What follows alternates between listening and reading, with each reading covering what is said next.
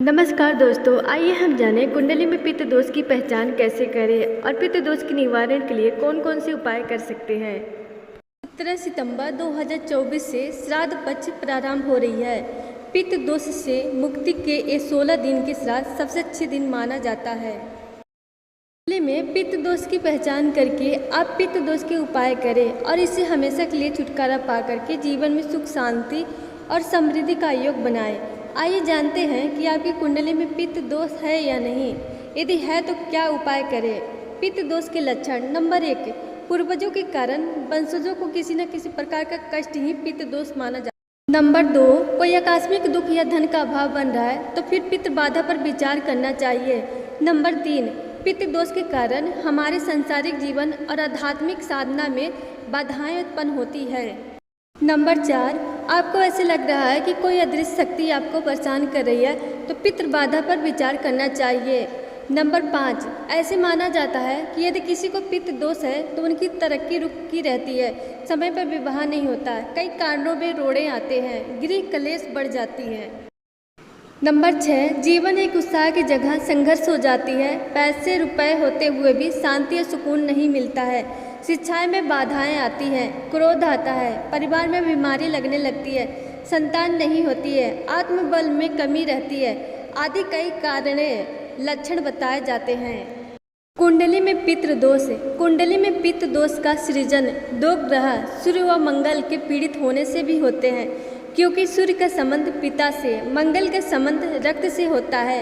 सूर्य के लिए पाप ग्रह शनि, राहु व केतु माने गए हैं। अंततः जब सूर्य का इन ग्रहों के साथ दृष्टि या युति संबंध हो तो सूर्यकृत पितृ दोष का निर्माण होता है। इसी प्रकार मंगल यदि राहु या केतु के साथ हो या इनसे दृष्ट हो तो मंगलकृत पित्त दोष का निर्माण होता है। कुंडली के 9वें घर यह बताता है कि व्यक्ति पिछले जन्म के कौन से पुण्य के साथ आया है। यदि कुंडली के 9वें में राहु, बुध या शुक्र हो तो यह कुंडली पित्त दोष की है। काल किताब में कुंडली के 10वें भाव में गुरु के होने को श्रापित माना जाता है।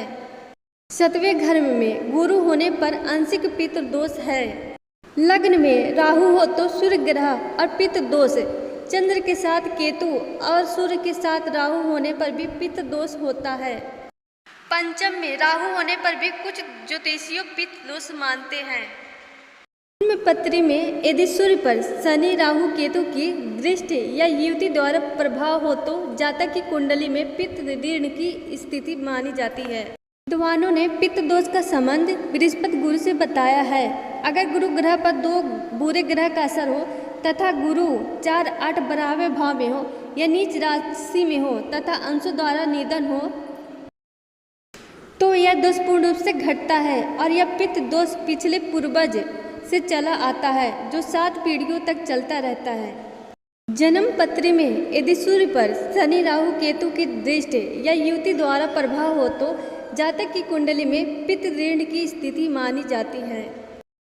पित्त दोष का निवारण।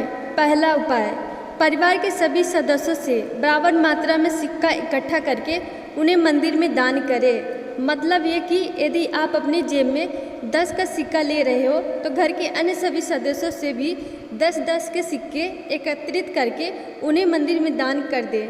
यदि आपके दादाजी हैं तो उनके साथ जाकर दान करें या दान गुरुवार को करें। दूसरा उपाय, 16 दिन तक लगातार कौवे, चींटी, कुत्ते या गाय को रोटी खिलाते रहना चाहिए। चारों में से जो भी समय पर मिल जाए उसे रोटी खिलाते रहें।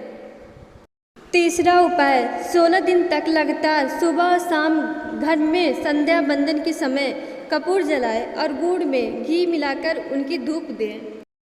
चौथा उपाय, पीपल या बरगद के वृक्ष में हमेशा जल चढ़ाते रहना चाहिए, केसर के तिलक लगाते रहना चाहिए, विष्णु भगवान के मंत्र का जाप करते रहना चाहिए। श्रीमद् भागवत गीता का पाठ करने से पित्त दोष चला जाता है। साथ ही एकादशी व्रत करना चाहिए कठोरता के साथ।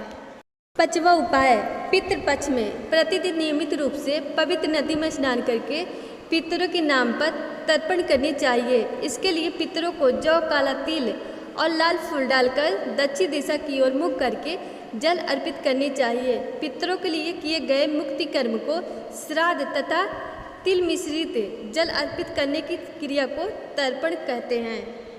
पितृपक्ष के दौरान पिंडदान भी किया जाता है। पितृपक्ष में पिंडदान का भी महत्व है।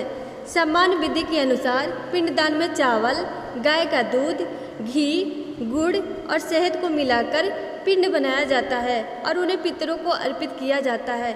यह पिंडदान भी कुछ प्रकार का होता है।